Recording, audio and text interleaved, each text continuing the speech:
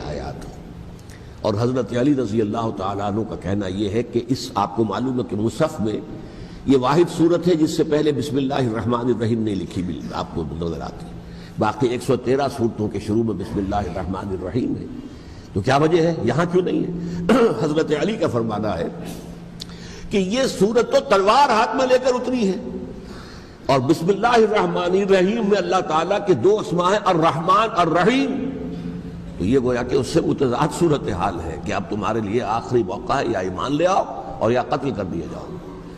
اس میں ایک تیسری گنجائش خود بخود نکلتی تھی، یا یہ ملک چھوڑ کر چلے جاؤ، اور ایسا بہت سے لوگوں نے کیا بھی، لیکن اکثر لوگوں نے گردن چکائی، لیکن رد عمل ظاہر ہوا۔ ایک تو مرتدین کھڑے ہو گئے جنہوں نے نئی نئی نبوتوں کو مان لیا، ایک مانعین زکوٰۃ کھڑے ہو گئے کہ ہم زکوٰۃ تمہیں نہیں دیں گے، یہ رد عمل تھا مشرک عرب کا، مشرکین عرب کا۔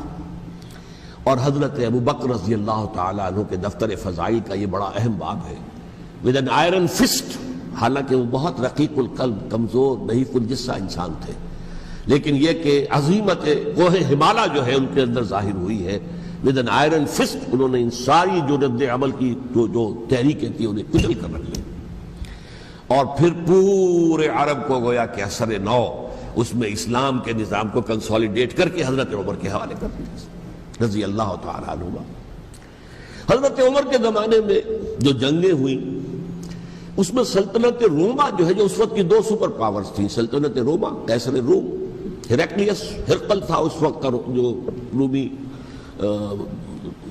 جو قیصر روم تھا، حکمران تھا، شہنشاہ تھا، اور دوسری طرف ایرانی مملکت تھی، خسرو پرویز تھا۔ لیکن یہ کہ عیسائیت کے ساتھ اسلام کا اس طرح کا تصادم نہیں ہوا تھا حضور کے زمانے میں، بلکہ نجاشی رحمۃ اللہ علیہ نے تو مسلمانوں کو پناہ دی تھی۔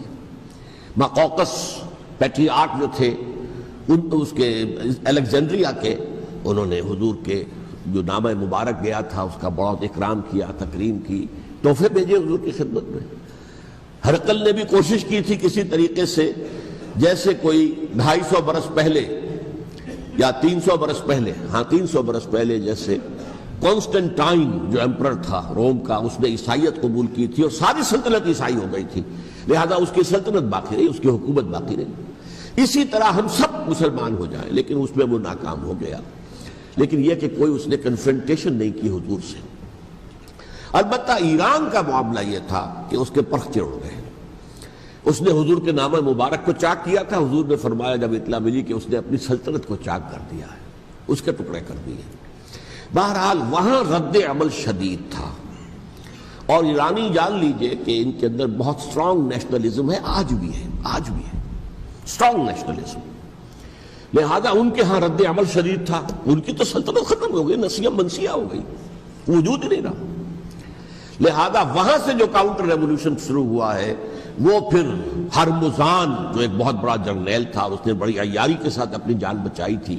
یہ بڑا دلچسپ واقعہ ہے کہ وہ یعنی کنڈیمڈ تھا اسلامی حکومت کی طرف سے، خلافت کی طرف سے، کہ وہ جہاں بھی پایا جائے اس کو قتل کرنا ہے۔ حضرت عمر کی عدالت میں لا کے پیش کیا گیا، حضرت عمر نے کہا یہ واجب القتل ہے، قتل کر دو اس کو۔ اس نے کہا اچھا مجھے ذرا پانی پلا دیجیے۔ حضرت عمر نے فرمایا ٹھیک ہے بھائی پانی لاؤ، پانی دے دو۔ پانی کا کٹورا کہ مجھے پہلے ضمانت دیجیے کہ جب تک میں یہ پانی نہ پی لوں مجھے قتل نہیں کیا جائے گا۔ ہاں ہمارا وعدہ ہے۔ اس نے وہ کٹورا پھینک دیا پانی کا، کرو مجھے قتل کیسے کرو گے، میں نے وہ پانی تو نہیں پیا۔ اس سے اپنے آپ کو بچایا اس نے۔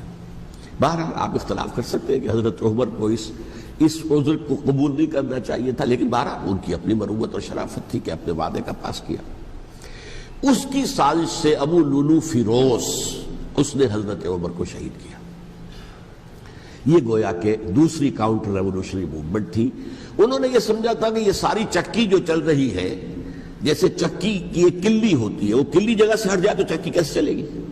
یہی بات حضرت علی نے فرمائی تھی حضرت عمر سے رضی اللہ تعالی عنہما۔ جب شام کے محاذ پر کچھ پسپائی سی ہو رہی تھی تو حضرت عمر نے ارادہ کیا میں خود جاؤں گا محاذ پر اور کمانڈ کروں گا۔ حضرت علی رضی اللہ تعالیٰ عنہ نے فرمایا کہ نہیں امیر المومنین آپ مت جائیں، چکی اسی وقت تک چلتی ہے جب تک کہ کلی گڑی ہوئی، آپ کلی ہیں اس وقت اس نظام کی جس کے گرد یہ اسلام کی چکی گھوم رہی۔ آپ بچ جائیں. لہذا حضرت عمر نے ان کی بات مانی. اس قدر صائب مشورہ تھا جو دیا تھا. بہرحال انہوں نے یہ سمجھا تھا کہ عمر ہی کے بل پر چل رہا ہے یہ سب کچھ، لہذا عمر کو پیچھے ہٹا دینے سب بیٹھ جائے گا.